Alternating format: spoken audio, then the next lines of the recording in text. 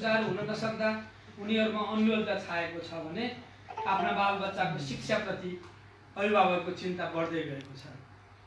शिक्षा क्षेत्रमा कोभिड-19 को महामारीले सिर्जना गरेको यो अभूतपूर्व संकटको सामना गर्न पुरानी सोच, शैली र पद्धतिबाट सम्भव छैन भन्ने हामीले बुझेका छौं।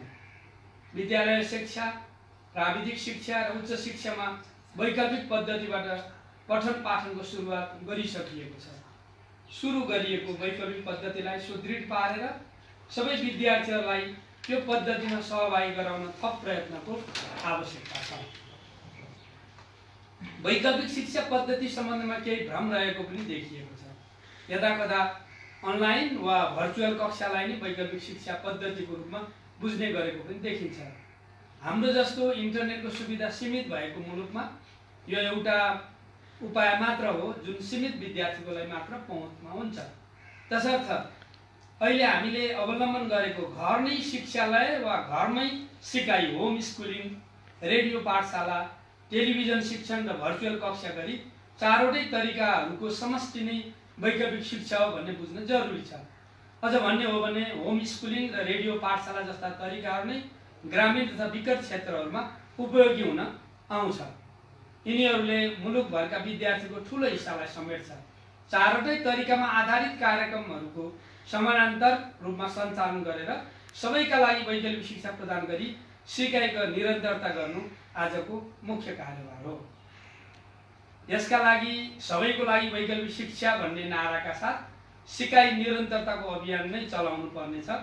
शिक्षा, विज्ञान तथा प्रविधि मन्त्रीको हैसियतले यस अभियानमा सरिक भई योगदान दिन म सबैमा अनुरोध गर्दछु। विद्यार्थी विद्यालय जाने अवस्था नरहेको वर्तमान परिवेशमा शिक्षक विद्यार्थीसम्म पुग्नुको विकल्प छैन। घर नै शिक्षालय भन्ने मान्यतालाई सबैले आत्मसात गर्नुपर्छ।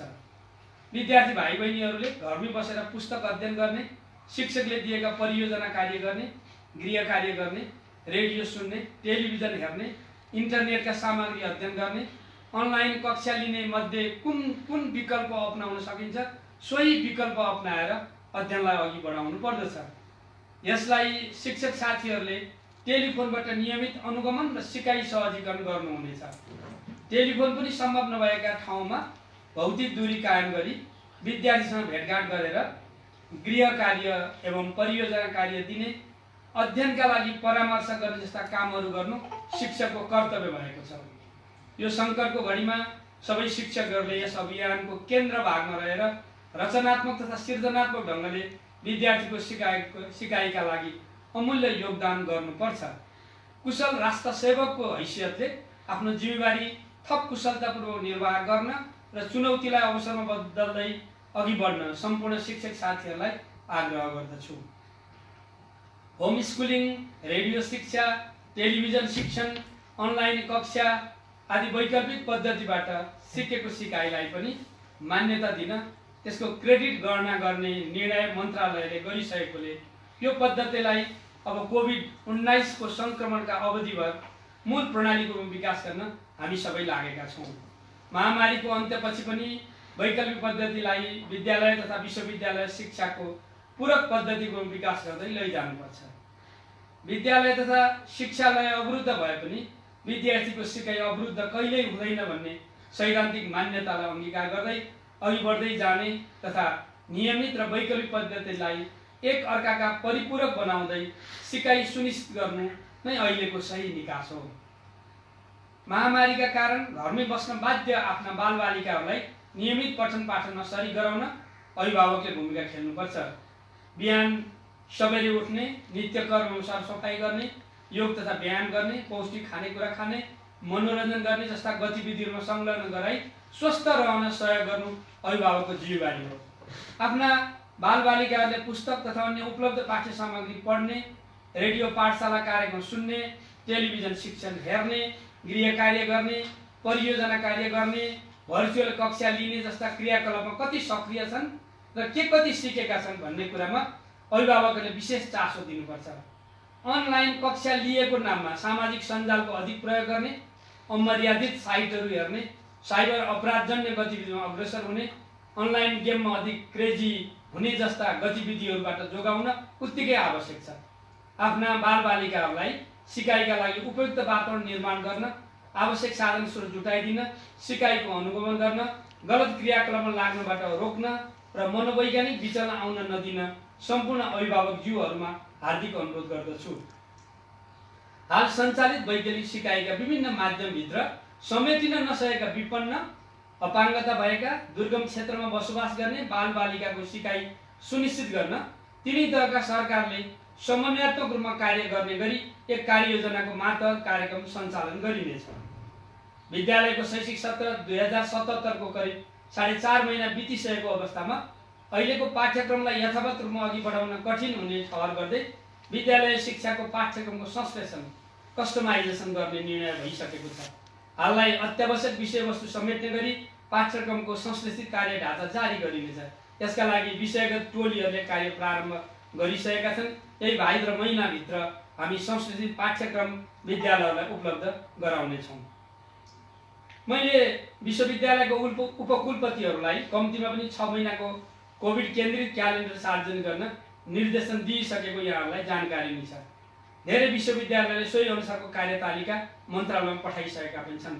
त्यसलाई विद्यार्थीका लागि सार्वजनिक गरिदिन सम्पूर्ण विश्वविद्यालयलाई पुनः अनुरोध गर्दछु। साथै उच्च शिक्षाको हकमा पनि पाठ्यक्रम कस्टमाइजेसन गर्न विश्वविद्यालय अनुदान आयोग र विश्वविद्यालयहरूले छलफल गरी उचित निर्णय लिन पनि आग्रह गर्दछु। सबैका लागि वैकल्पिक शिक्षा भन्ने अभियानलाई सफल पार्नका लागि विद्यार्थीले नियमित पठन पाठनमा लाग्नुपर्छ।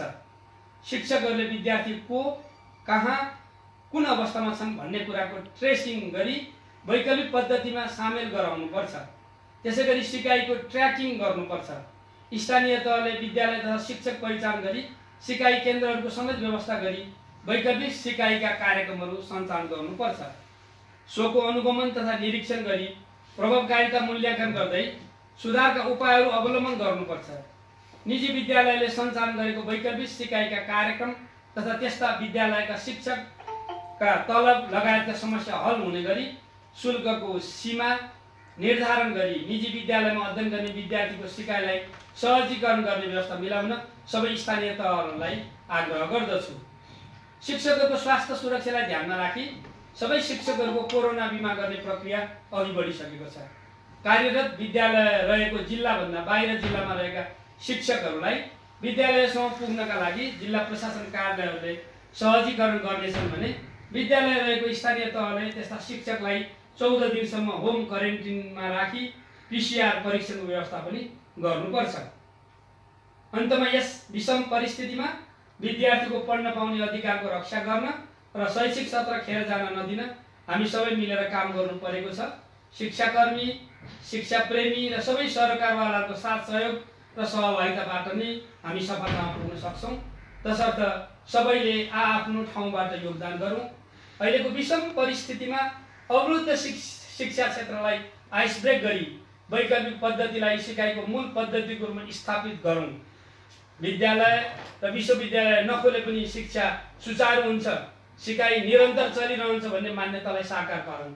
सबै सचेत रहौँ, सुरक्षित रहौँ, सक्रिय बनौँ, सबै खालका चुनौतीहरूलाई अवसरमा बदलौँ। धन्यवाद। अब पत्रकार मित्रहरूलाई यो सम्बोधनमा भएका विषयहरू र अरू केही समसामयिक विषयहरूमा प्रश्न छ भनेदेखि त्यो प्रश्नहरूको लागि म आग्रह गर्दछु।